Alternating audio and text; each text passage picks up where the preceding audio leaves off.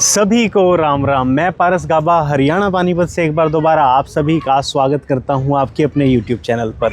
जैसा कि हमारे सभी प्यारे व्यूवर्स जानते हैं कि हम हमारे चैनल पर गाड़ियों का बिल्कुल ऑनेस्ट ओनरशिप रिव्यू डालते हैं। लेकिन क्यों डालते हैं?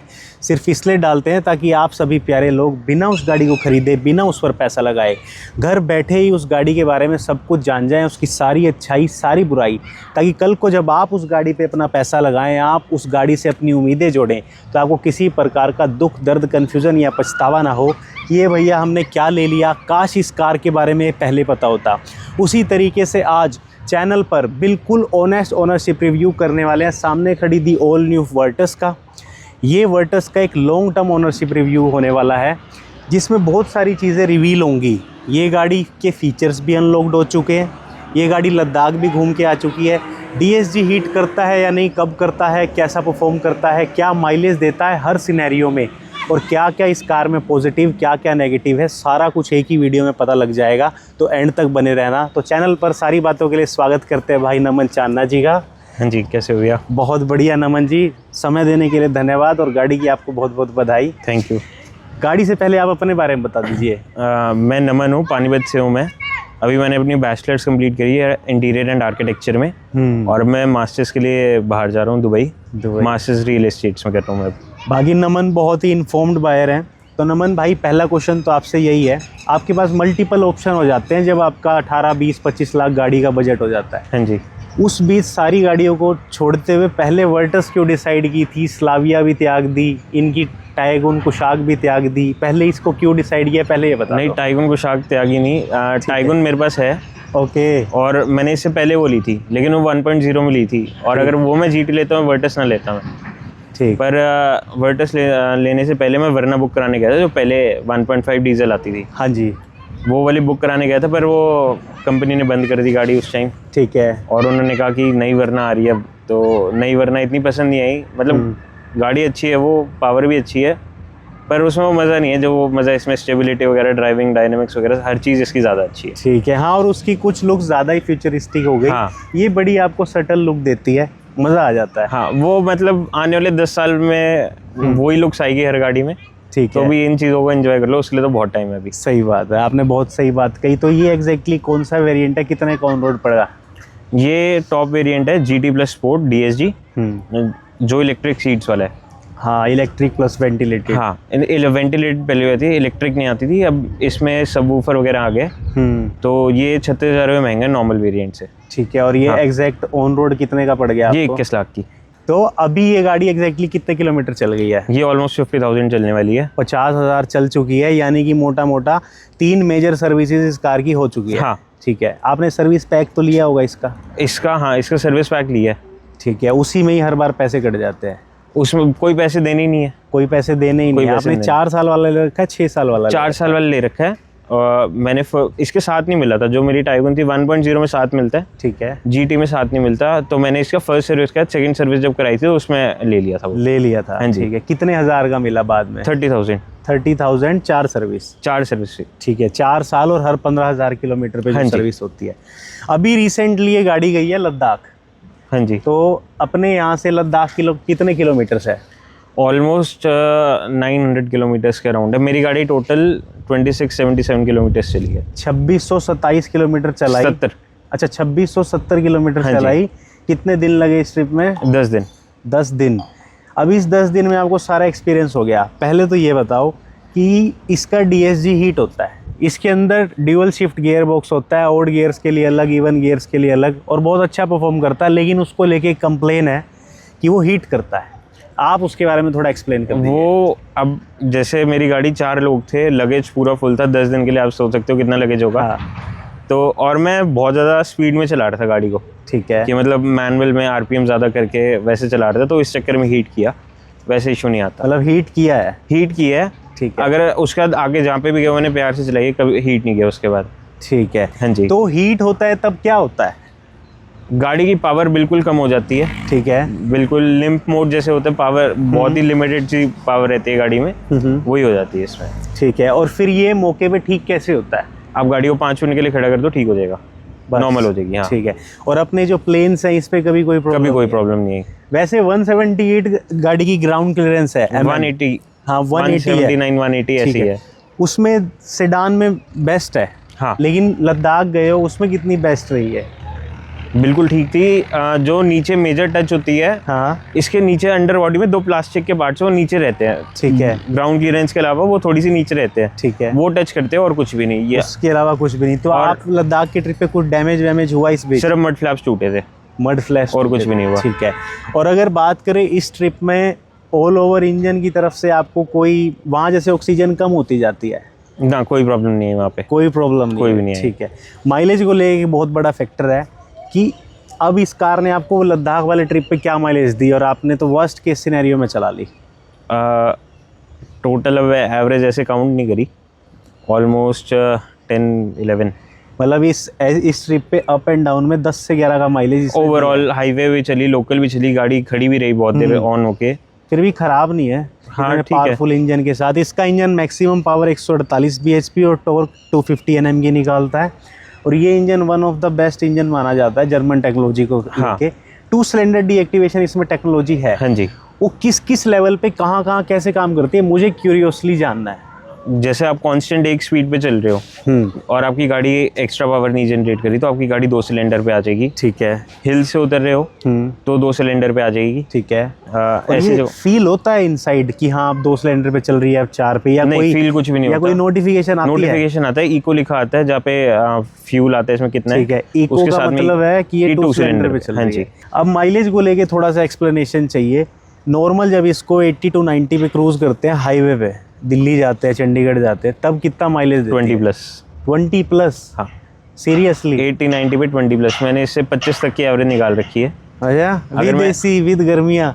हाँ विद एसी, चाहे सर्दियों में एसी ऑन रखता हूँ हमेशा, ठीक है। तो उसमें भी गाड़ी 25 तक की एवरेज निकाल रखी है मैंने ठीक अपनी है। गाड़ी से। और जब हम इस कार को भगाते हैं, पूरा भगाते हैं, अच्छे से बेझिझक चलाते हैं, मैक्सिमम स्पीड आप कितनी चला चुके हैं इसको? 204 204? 203 पे लॉक्ड है। जब नीचे उतरती है तो 204 तक, 206 तक जाती है ठीक। जब फ्लाईओवर से नीचे उतर रही हो। वैसे इतनी चलानी नहीं चाहिए, लेकिन नहीं, सोच के सेफ रोड चलाई ट्रैक होगी। था हाँ। तो ट्रैक पे चलाई थी। ठीक है। तो तब कितनी माइलेज दे देती है? 4-5।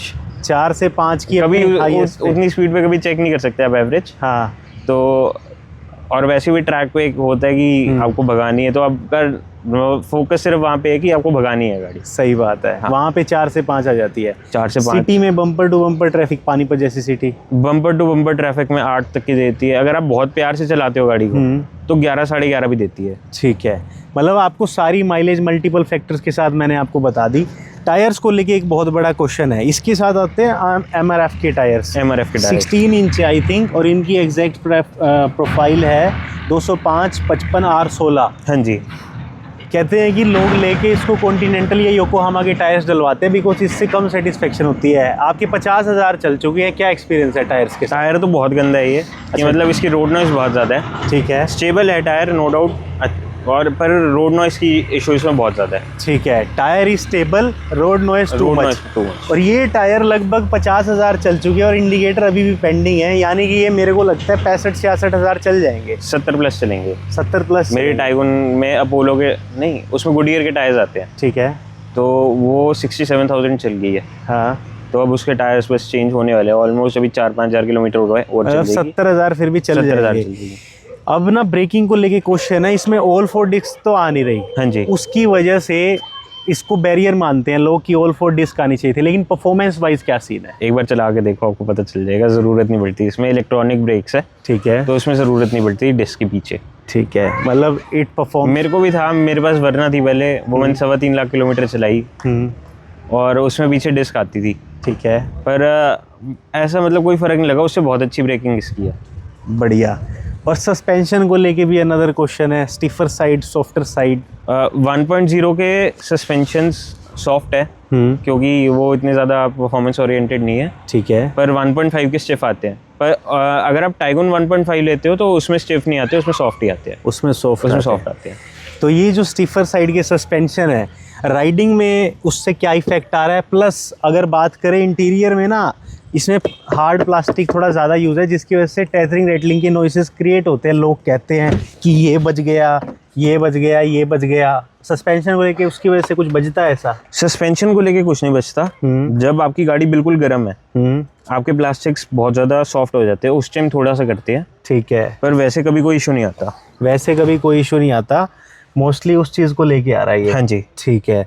और सस्पेंशन में स्टेबिलिटी तो पूरी रहती है। हाँ जी। इंटीरियर को लेके, एसी को लेके लोग 1 लीटर में तो बहुत परेशान है, क्योंकि वो बड़ा लेट परफॉर्म करता है, आरपीएम सेटल नहीं होते या जो भी उसका रीज़न है। इसका एसी, आप गाड़ी वोक्सवैगन की, अब टाइगन ले लो, वर्टस ले लो, दोनों गाड़ियों में फैक्ट्री से गैस कम आती है 70 से 80 ग्राम।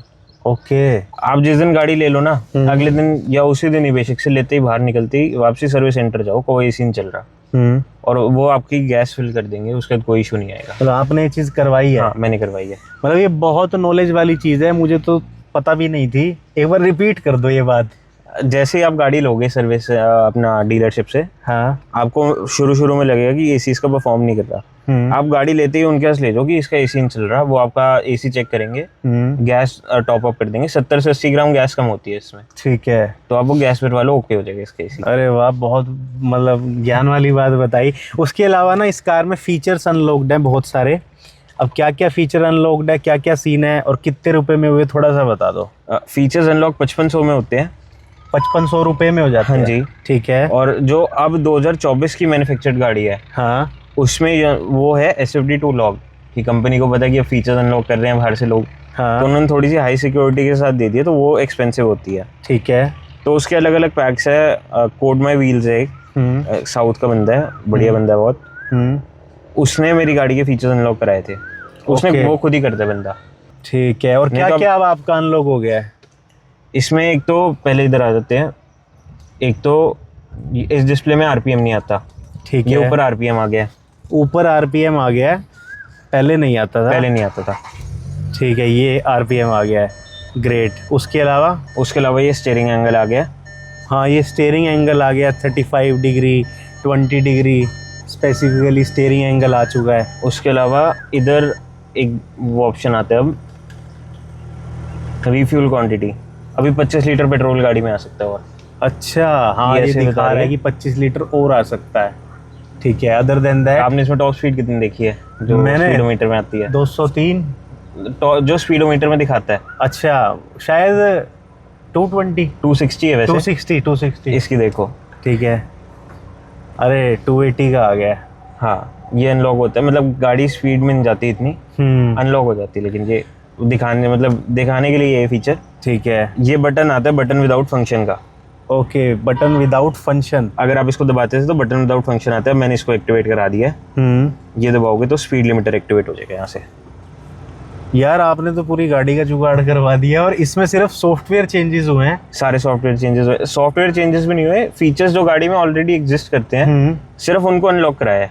ठीक है। और वो भी उस इंसान ने इनको केबल भेजी घर पे, लैपटॉप लगाया, लैपटॉप अपना मैंने कनेक्ट किया, और उन्होंने गाइड किया। उन्होंने गाइड नहीं किया, मैंने उनको कोड भेज दिया। हमें कुछ भी नहीं करना। ठीक है। केबल लगानी है गाड़ी में, नीचे वहाँ पोर्ट होता है उसमें लगेगी। वो केबल अपने लैपटॉप से कनेक्ट करनी है, और एनएडेस्क या टीम व्यूअर का किसी का भी लिंक भेज दो उनको, वो अपने आप कर देते हैं उसके बाद।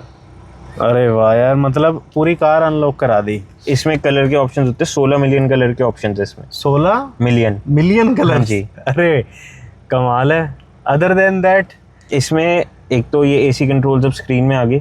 ठीक है। उसके बाद ये हमारी स्पोर्ट्स डिस्प्ले आ गई। अरे वाह। ये हमारी ऑफ रोड डिस्प्ले आ गई। इसने बहुत काम किया लद्दाख में, कि पता चल जाए हमें कितने उस पर एल्टीट्यूड पे हम। यार 5500 रुपये में मैं कहता हूँ 5 लाख के फीचर्स आ गए। मतलब ऐसे फीचर्स थे ऑलरेडी है, पर और भी बहुत सारे फीचर्स हैं जो अभी तक अनलॉक हो ही नहीं है किसी से भी। वैसे एक बात मेरा कहना है कि जब इतने फीचर्स इसमें आते हैं, Volkswagen इतने फीचर्स देती है, तो खुद ही अनलॉक करके दे दे। पैसा तो अपने इस वेरिएंट का पूरा ही ले रही है। खुद अनलॉक इसलिए नहीं कर सकते कि अभी आने वाले टाइम में जब नई गाड़ी आएगी उनमें क्या देंगे चेंज सही बात है। जैसे टिगुआन है, वर्टस टाइगन में। अब जैसे इसका नया यूआई आया है, वो मैंने अपनी टाइगन में इंस्टॉल करा है। नया यूआई है वो, तो वो अब आप इसमें भी इंस्टॉल कर सकते हो। मेरे को थोड़ा सा ज़्यादा पसंद है, पर था कि नया यूआई होना चाहिए। ठीक है। तो मैंने उसमें वो इंस्टॉल कर दिया, नया यूआई। ओके। और अब जो सी नई 2025 में गाड़ी आई है, वो यूआई उनमें आ रहा है। अच्छा, अब चेंज वो आएगा। कहने का मतलब आपको सब कुछ मिल रहा है, देते नहीं है। देते नहीं है। देते नहीं है, ठीक है। यहाँ पे आपको जो एलईडी लाइट्स मिलती हैं, एलईडी बेस मिल रही हैं, फॉग लाइट भी और ये भी। फॉग लाइट हेलोजन है। अच्छा, फॉग लाइट हेलोजन है। तो ये लद्दाख भी गए हो, ऑल ओवर परफॉर्मेंस, इनमें कोई अपग्रेड होना चाहिए? ठीक कुछ भी नहीं होना चाहिए, इनको तो छिड़वाओ मत, इतनी अच्छी लाइट्स है। इतनी अच्छी लाइट्स है। लाइट्स है। अब आप एक चीज़ बताओ, इतने पैसे इस कार पे लग गए, लगभग 21-22 लाख रुपए लग गए, ना आपको एडास मिलता है, ना 360 डिग्री कैमरा मिलता है। उसका क्या इसके अंदर जो एडास आता है उसका सॉफ्टवेयर गाड़ी में ऑलरेडी इंस्टॉल्ड है, वो अनलॉक कराना पड़ता है। ठीक है। उसका हार्डवेयर आप डलवा सकते हो। उसका हार्डवेयर जो फ्रंट के लिए, जैसे मैं आपको समझाऊं तो इस लोगो के अंदर इतनी जगह है। ठीक है, अंदर इस लोगो के अंदर उसका वो लगेगा, इस लोगों के अंदर जगह हार्डवेयर लगेगा उसका। ठीक है।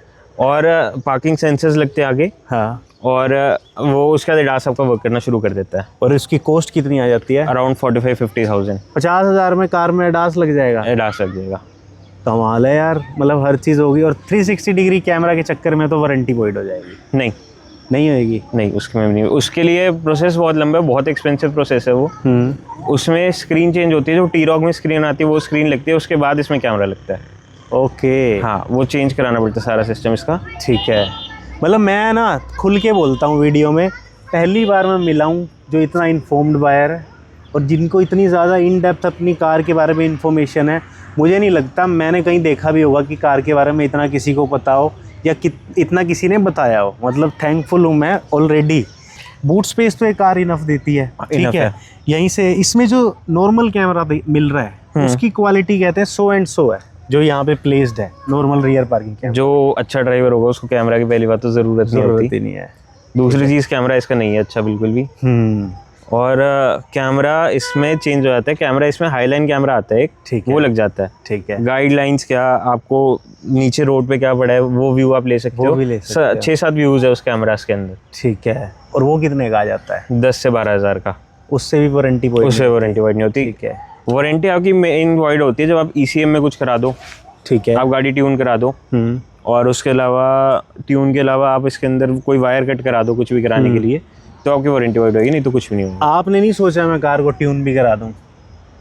अब पहले सोचा था, मन भी था, पर अब जब मैं बाहर जा रहा हूँ तो मेरे को ज़रूरत नहीं लगती कराने की, क्योंकि चलाने वाला कोई नहीं है पीछे से। सही बात है। नहीं, मैं चला लूँगा जब कहोगे। कभी भी ले जाना। सही बात है। तो इतनी सारी अंदर की और बाहर की बात करने के बाद ब्रदर से अब एक फ़ाइनल बात करने वाले हैं, लेकिन बहुत जानने से पहले जाओ चैनल को सब्सक्राइब करो, वीडियो को लाइक करो, और जो भी फ्यूचर में हमसे एक्सपेक्ट करते हो कमेंट करो, और सर का थैंक यू करो जिन्होंने इतनी सारी इनसाइड इन्फॉर्मेशन हमें दे दी है।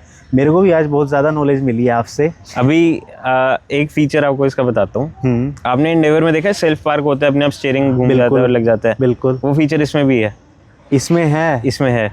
वो बस अनलॉक कराना है, उसका हार्डवेयर लगवाना है। ठीक। 40 से 50 के बीच में होता है, जो मार्केट रेट चल रहा है। कहने का मतलब अदर कंट्रीज, वेस्टर्न कंट्रीज में ये चीज़ ऑलरेडी आती है। किसी कंट्री में कोई फीचर ज़्यादा आता है, किसी में कोई कम आता है। बस यहाँ पे हमें वो फीचर्स दिए नहीं गए। हाँ। अब आउट ऑफ इंडिया एक वेरिएंट आता है वर्टस का, एक्सक्लूसिव करके। ओके। उसके अंदर मीटर भी दूसरा आता है। ठीक है। डिजिटल में दूसरा आता है, जो हमारा टिगुआन में आता है। स्क्रीन दूसरी आ जाती है उसके अंदर, और कई सारे चेंजेस, एलॉयज और अच्छे आ जाते हैं। ठीक। कई सारे चेंजेस, 2000 सीसी का इंजन भी आता है उसमें। तो इतनी सारी अंदर की और बाहर की बातें करने के बाद अब एक फाइनल बात बता दो कि वर्टस को लेकर सुखी हो या दुखी, सज़ा मिली या मज़ा, सबको क्या इन दी एंड एडवाइस देना चाहोगे इस गाड़ी को लेके? बिल्कुल सुखी हूँ मैं तो इस गाड़ी को लेके। मज़ा भी पूरा आता है इसको चलाने में, और गाड़ी में कोई प्रॉब्लम नहीं है। कोई सोचे कि इसकी सर्विस महंगी है या कोई पार्ट्स इसके महंगे हैं। अब पार्ट्स जो एक्सपेंसिव है इसके, पर जो चीज़ हुंडई की 2000 रुपये ख़राब हो रही है, इसकी 10,000 रुपये जाके होती है ख़राब हो। तो एक्सपेंसिव का कुछ लेना देना नहीं है उस चीज़ से। सही क्या लोग कहते हैं इसकी सर्विस महंगी है, और हुंडई किया इन सब की सस्ती है। हुंडई किया महिंद्रा इन सब की सर्विस 10,000 किलोमीटर होती है, इसकी 15,000 किलोमीटर पे होती है। वही कॉस्ट कवर हो गई, वही कॉस्ट कवर होगी, और सेम कॉस्ट में सर्विस है। 8-9 हज़ार 10,000 में इसकी सर्विस होती है, 8-9 10,000 में उनकी होती है। बिल्कुल। इसमें मैं ये कहना चाहूँगा, अगर आपके पास पैसा है और आपको ज़्यादा परवाह नहीं है, मतलब आप कट टू कट बजट पे नहीं चलते हो, तो आप इस कार को बिल्कुल लो, बिल्कुल इसकी प्रेफरेंस रखो। हाँ जी। और मज़ा लो यार, ऑडी जैसी गाड़ियों का आपको इतने लो बजट में मज़ा मिल रहा है, और आपको क्या ही चाहिए। So thank you brother for your time, मज़ा आ गया आपसे रिव्यू लेके। और आप सभी भी चाहते हैं, आप कोई अपना ऑनेस्ट ओनरशिप रिव्यू शेयर करना चाहता है, हमें कोई नॉलेज एक्सचेंज करना चाहता है, वीडियो के डिस्क्रिप्शन में व्हाट्सएप कॉन्टैक्ट है, रीच करना, हम आपके साथ भी ज़रूर वीडियो शूट करेंगे। और नमन भाई का अगेन थैंक यू। वेलकम।